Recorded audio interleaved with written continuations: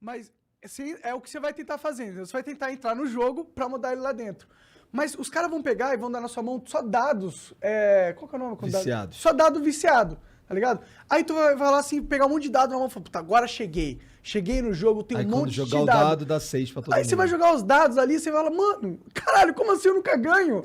O que tá acontecendo? Ai, meu Deus, é isso que eu acho que vai acontecer, entendeu? Monark, se for eu sozinho, é isso que vai acontecer. Mas se a gente invadir o Congresso com 200 pessoas fazem toda a diferença. Eu tava conversando com o pessoal naquela votação da PEC 5 recente. A PEC 5 era uma PEC que, se passasse, amarraria as investigações do Ministério Público. Ela permitiria que o Conselho, que fiscaliza os promotores e os procuradores, tivesse uma grande influência política.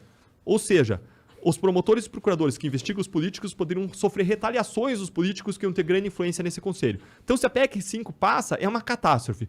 E aí, tinha uma grande pressão do presidente da Câmara dos Deputados para que passasse a PEC 5, ligou para vários deputados e por aí vai, e todo mundo está dizendo vai passar. Só que aí o que aconteceu? Você tinha lá um grupo de pessoas que se conscientizou, que mobilizou a sociedade, e essa mobilização da sociedade pressionou os outros, e o jogo virou. E ganhou não passar a PEC 5. E todo mundo que estava lá achou inacreditável. Por quê? Porque uma minoria que teve tempo para mobilizar a sociedade conseguiu virar e se tornar a maioria. Então, se a gente coloca 200, a gente não precisa de 250. Se a gente coloca 200, esses 200 líderes da sociedade, como representantes da sociedade, mobilizam a sociedade e conseguem virar o jogo.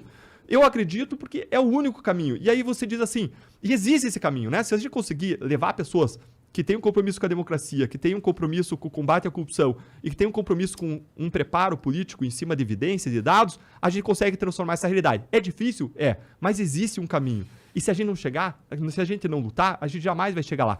Quando você olha aquelas grandes mudanças históricas que aconteceram, elas começaram com gotas de pessoas que foram se conscientizando e foram espalhando isso, e as gotas foram se juntando e formaram rios, e rios entraram em rios maiores, até que você tem um rio grande passando, e um rio é difícil de parar. Um rio de amor, um rio de serviço, um rio de transformação. Concordo com você, cara. Eu acho que realmente, se for pra mudar, tem que ter uma galera e vai ter que mudar por dentro. Porque senão a outra opção é a revolução armada. E eu acho que isso é muito traumático e eu espero que a gente nunca tenha que chegar a esse tipo de medida, entendeu? Eu acredito na mudança dentro do sistema. A única coisa que eu acho que talvez a gente discorde é que, tipo, 200 pessoas eu concordo, mas será que a gente vai conseguir? Me fala 200 nomes de pessoas que têm chance de virar deputado o ano que for e que você acha bom e que tem esse comprometimento com a corrupção. Eu não conheço. Monarca, a gente não precisa ter hoje 200 nomes. O que a gente precisa? A gente precisa ter os partidos defendendo essas bandeiras nas suas regras de fidelidade partidária, porque lembre que o voto não vai para a pessoa. Lembre que o voto vai para o partido. Sim. Então você precisa ter um número de partidos. Eu já mencionei 3 aqui que são bem firmes nessa causa, né? Para todo gosto, tem gente, né? Tem aí um cardápio partidário, tem para direita, tem para esquerda, né? Se esses 3, por exemplo, colocam nas suas regras de fidelidade partidária isso, você já tem uma grande soma de pessoas que vai votar. E aí, se a sociedade se conscientiza de que o voto não vai para a pessoa, mas vai no partido, a sociedade vai engrossar o caldo de votar nesses partidos.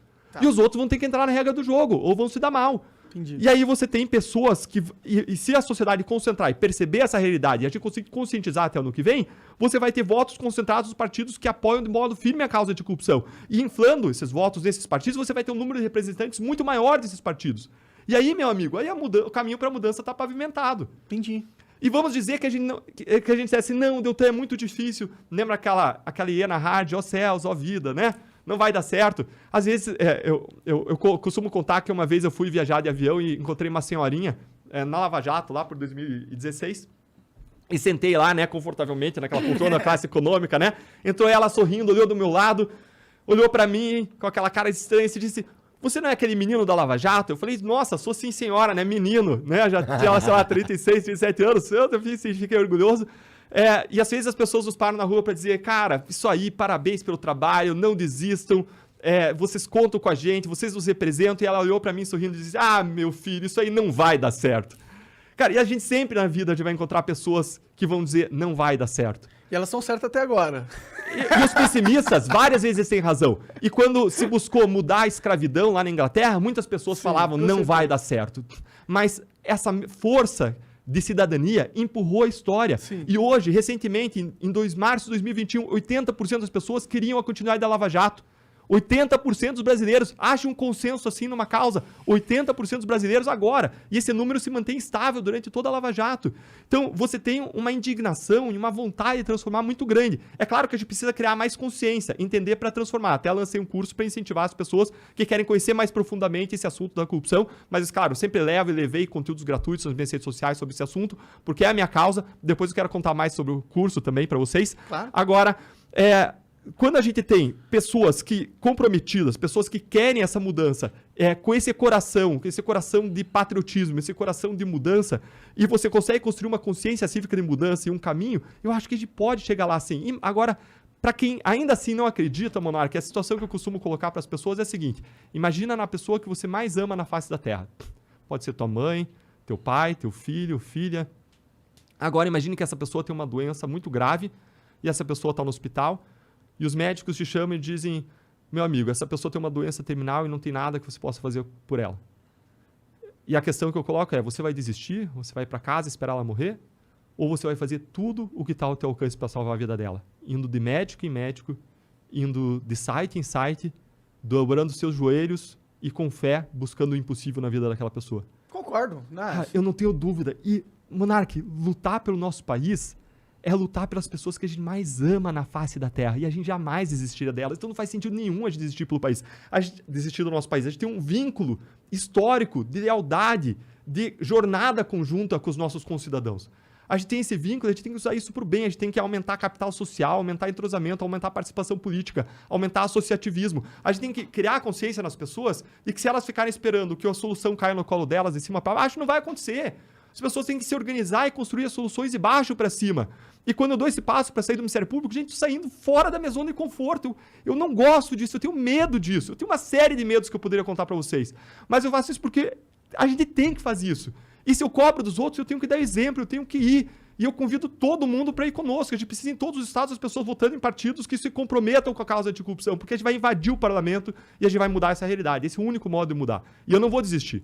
E pode ser que a gente consiga não o resultado esperado ano que vem? Pode ser, mas a gente pode conseguir o resultado esperado. E se não conseguir, é um passo dado para a próxima eleição. Teve já uma movimentação, uma campanha em 2018 nesse sentido. Conseguiu 45 deputados e senadores com esse compromisso com aprovar novas medidas contra a corrupção. Um pacote de 70 propostas que, se for aprovada, revoluciona o combate à corrupção no país. 45, aí você diz, é pouco, mas antes era 0. A gente saiu de 0 para 45, olha que aumento extraordinário. Aumento extraordinário, quase infinito, né? Quando você sai de 0 para qualquer coisa, né? É impressionante. Sim. E agora a gente não pode existir. A gente tem um aumento de consciência cívica, a gente tem pessoas relevantes levantando essa bandeira. E mais, a gente tem um diagnóstico do problema que a gente nunca teve. A gente nunca teve. Todo mundo falava de corrupção no Brasil. Tem vários casos, a gente pode falar da história da corrupção no Brasil aqui por um tempão, mas ninguém tinha clareza do diagnóstico. Agora a gente sabe como é que funciona, a gente sabe que o sistema político é apodrecido. Ainda que a política seja boa, é o único caminho para a transformação, o nosso sistema é apodrecido. Nosso sistema é apodrecido, tem vários incentivos e desincentivos para a prática da corrupção. Dá para voltar a Lava Jato? Bora, vamos lá. Dá para voltar? É possível voltar a operação? Tipo... Monark, eu não sei. Ela acabou? O que aconteceu com a Lava Jato? A força-tarefa da Lava Jato foi acabada. Foi uma decisão do Ministério Público Institucional, acabou com a força-tarefa do caso Lava Jato. Tinha muito trabalho por fazer, ainda tinha cerca de 200 inquéritos, cerca de 200 investigações do Ministério Público, mas a força-tarefa foi extinta. E eu estava contando uma hora para você, lembra 2 histórias que aconteceram na minha semana da saída? Lembra que eu contei uma história que a minha esposa olhou branca para mim? Sim. Aconteceu uma outra história também naquela semana. Eu estava lá trabalhando, fazendo uma audiência, aí acaba a audiência, olho pro lado, era uma audiência pública, né? Minha esposa estava em home office junto comigo na sala, e aí olha para mim, meu amor, eu não acredito que você está fazendo isso. Falei, como assim? Não acredito que eu estou fazendo o quê? Esse caso, o que é esse caso? Falei, é um carteiro que desviou 21 cartas. É um desvio público. A carta tinha, sei lá, cartão de crédito, cheque, já era um prejuízo. Mas, gente, o banco é segurado, né? O banco é segurado. Assim, prejuízo para a sociedade... 0. Cara, 0, próximo a 0, entendeu? Mas tem o que fazer. Agora, do outro lado da rua, lá do prédio da Procuradoria, tá a força-tarefa esvaziada, com vários casos de propinas de milhões e milhões de reais, e eu lá cuidando de casos de carteiro, assim como vários outros procuradores cuidando de casos de carteiro. Que é isso que eles querem que você faça apenas. Cara, esse é o reme-reme. Agora, se a gente quer uma política pública com base em evidências, tem que concentrar esforços naquilo que é prioridades. Claro. Tem casos de corrupção absurda, casos de corrupção de milhões e milhões de reais, tem que concentrar os esforços nisso. Mas isso hoje, infelizmente, não é uma política institucional do atual Procurador-Geral da República. E várias vezes as pessoas vêm com críticas à Lava Jato, eu falo, gente, quer saber o que é realmente criticável? Olha para o Supremo Tribunal Federal.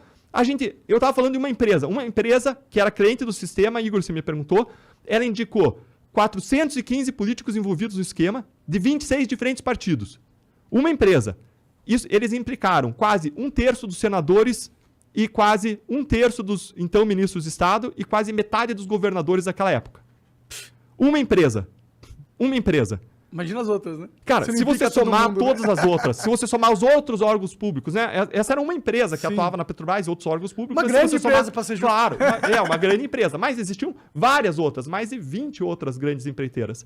Então, uma empresa trouxe essa realidade e existe muito trabalho para ser feito e a gente precisa concentrar esforços, a gente precisa ter uma política institucional voltada para tratar esses casos com prioridade.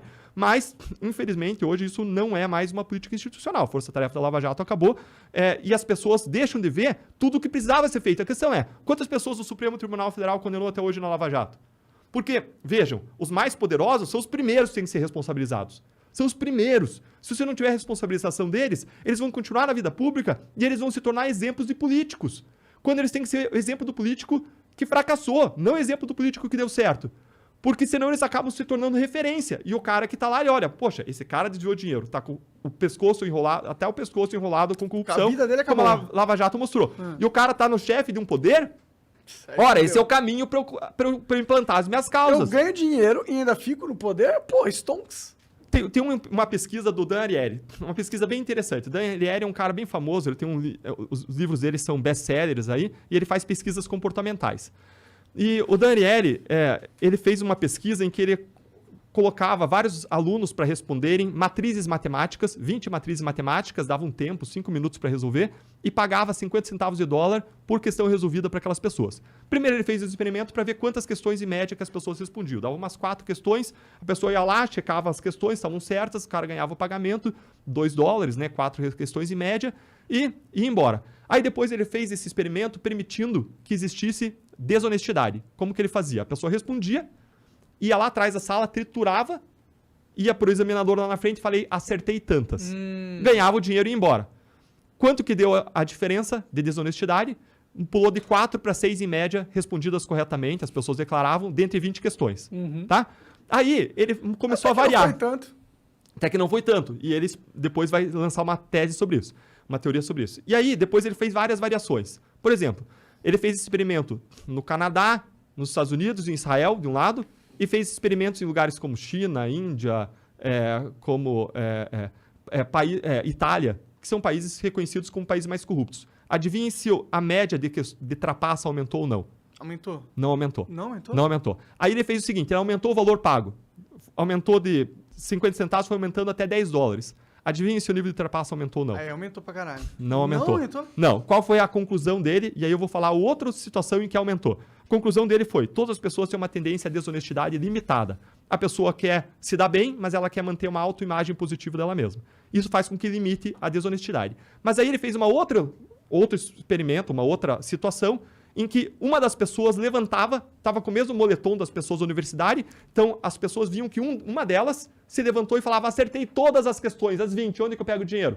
O cara falou, pega o dinheiro ali e sai. O cara, que era um ator contratado, ia fazer isso aí. Gente, a desonestidade explodiu nesse setting, nessa condição, explodiu. E o que ele fala? Ele fala, isso mostra que a desonestidade ela é contagiosa. E aí você pensa Brasília.